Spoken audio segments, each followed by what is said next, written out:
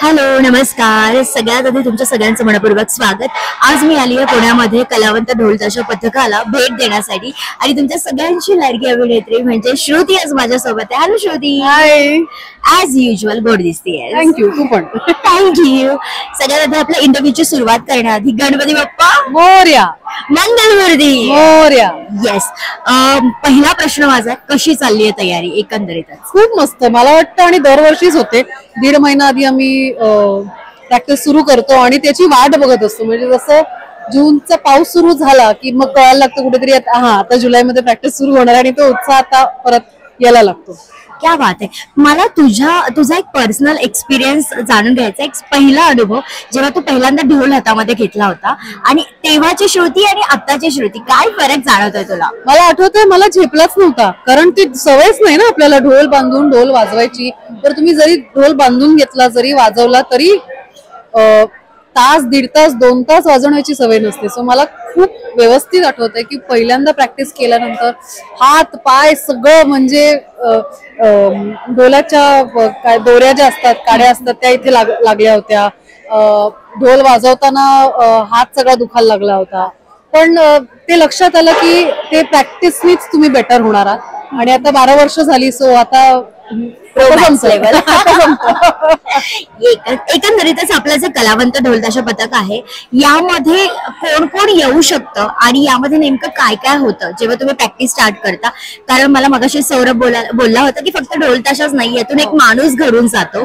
So त्याबद्दल तू काय सांगशील? मला वाटतं आमची खूप बेसिक क्रायटेरिया एवढीच आहे की कलेशी निगडीत तुम्ही काहीतरी करत असायला पाहिजे, तर तुम्हाला कलावंत मध्ये डेफिनेटली येतं. आणि कला म्हणजे नुसतं ऍक्टिंग असं नाही, कोणी असू दे, म्हणजे फोटोग्राफर असू दे, कॉन्टेंट क्रिएटर्स असू दे, पेंटर असू दे, आर्टिस्ट असू दे, कोणी असू दे, anything that is related to art तुम्ही येऊ शकता आणि तुम्ही कलावंताचा भाग बनवू शकता.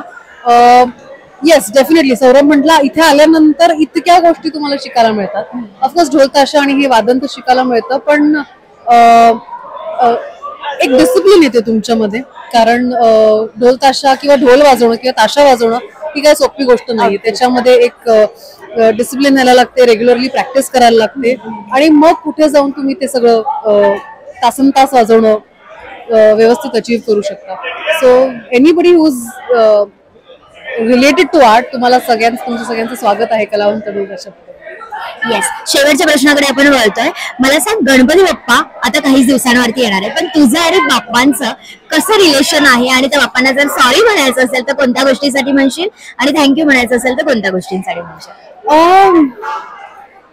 माझ्यासाठी गणपती उत्सव हा अत्यंत जवळचा आणि आवडता सण असं आपण म्हणू शकतो. मला कधीही काही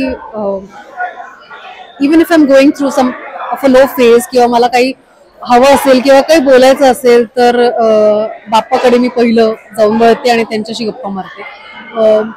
खूप गणपती बाप्पा खूप लाडके आहेत, आपल्या सगळ्यांचे माझेही आहेत. सो थँक्यू तर मी नेहमीच म्हणत असते. सॉरी म्हणणार नाही, कारण कुठेही चुकले तर बाप्पा असल्यामुळे कुठे ना कुठेतरी माफ करतात आपल्याला. पण थँक्यू मी आवर्जून म्हणते, कारण कुठेतरी आपण जेव्हा एखादी गोष्ट मागतो आणि ती जेव्हा पूर्ण होते ती कदाचित आपण त्यांच्याशी बाप्पाशी संपर्क केल्यामुळे त्यांच्याशी बोलल्यामुळे ती पूर्ण होते. सो त्यांना तर थँक्यू म्हणणं मला खूप गरजेचं वाटतं. So that is what I do. क्या बात आहे. खूप छान वाटलं तुझ्यासोबत गप्पा मारून. पुन्हा एकदा येईल तुझं ते वादन बघण्यासाठी स्पेशली. आपल्या जाता जाता प्रेक्षकांना काय सांगशील?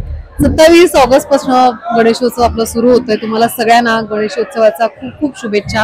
मजा करा, मस्ती करा. आपल्या सगळ्यांचं आवडतं सण आहे तो. मोदक एन्जॉय करा आणि पुण्यात असाल तर पुण्याचा गणेशोत्सव नक्की बघा, मिस करू नका. गणपती बाप्पा मोरया. थँक्यू.